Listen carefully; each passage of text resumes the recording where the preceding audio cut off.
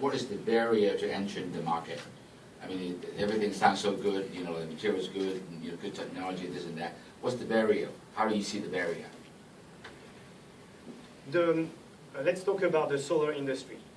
Solar industry right now is in turmoil. It is in great change. Because of the oversupply, there is a lot of consolidation.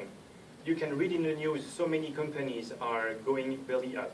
However, a few companies that have a very good market are making profits.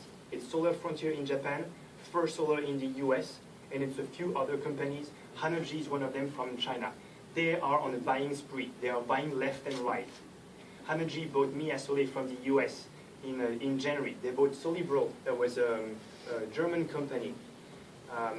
So the barriers to entry in terms of new technology right now are very high in the sense that very little people are currently focusing on technology innovation in solar.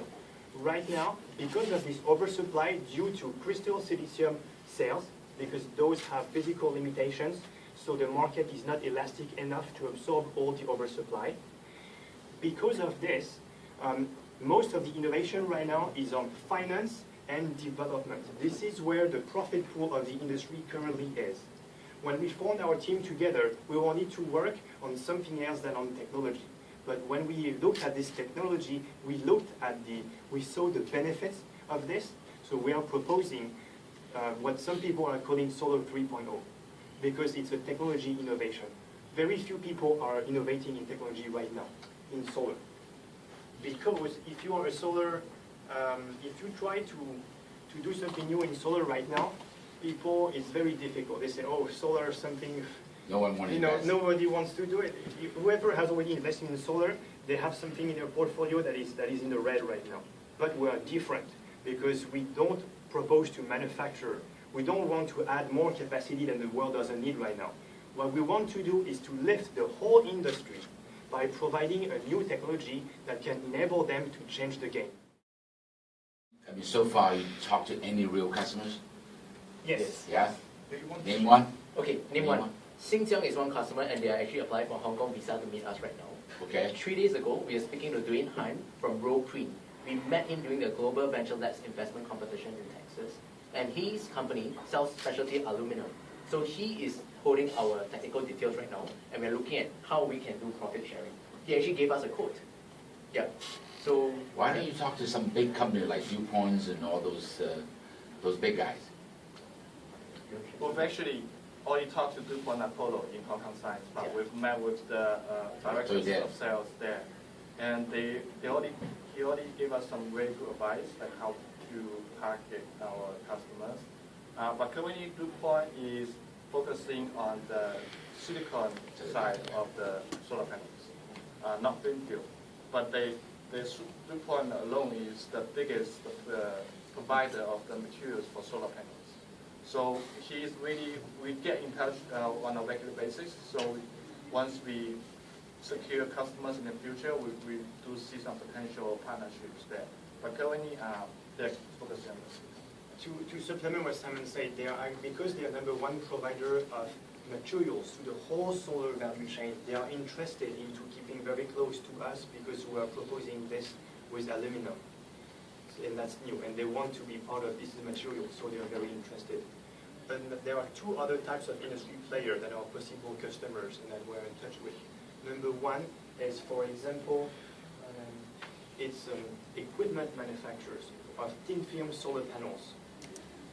By using our technology, they will be able to retrofit their current machines and come back to their existing customers to make some retrofit business that could enable their customers to create new types of products, which for us would generate licenses and royalties. The other customer type is a specialty aluminum manufacturer, like Alcoa or Russian aluminum. Those people are interested in having more volumes of aluminum to sell. And what we're doing here actually is more a material play. It's not just solar. The downstream effects of using our technology will drive the need for aluminum in applications where they are not present here. Thank you. To ask you a technical question. You claim here that your technology is 40% more efficient gain over the conventional cells. Per square meter, what does one of your solar panels create in terms of output? We had this discussion before. Yes, but yeah, that's not finished. So you mentioned the conventional solar panel, 1 square meter, so it's producing 150 watt, right? Yes. Allow me to emphasize what is we are not the solar cell manufacturer. I understand. We are offering the technology to the thin film solar cell manufacturer. So say if they are doing like 100 watt now for their baseline, so we are going to improve their baseline further. This is how it works. But you're pretty specific here with the figures, so you must have actually proved it. Yes, so we actually compare the performance in terms of efficiency with a planar conventional thin film PV. So with our texture, we can able to improve 40% in terms of efficiency. If I may, I can give you a little bit more details on the different types of technologies in solar. You have crystal silicium. Their cell efficiencies are about 20%. In the thin film type of technology, you have 3 different other technologies. Amorphous silicium is about 10%. Cadmium telluride is about 15%. And SIGS, or copper indium gallium selenide, is 17%. What we have done in the lab is by using amorphous silicium and comparing, we ask a third-party provider to deposit their amorphous silicium cell on a typical flexible substrate, and then to do the same thing on our treated substrate.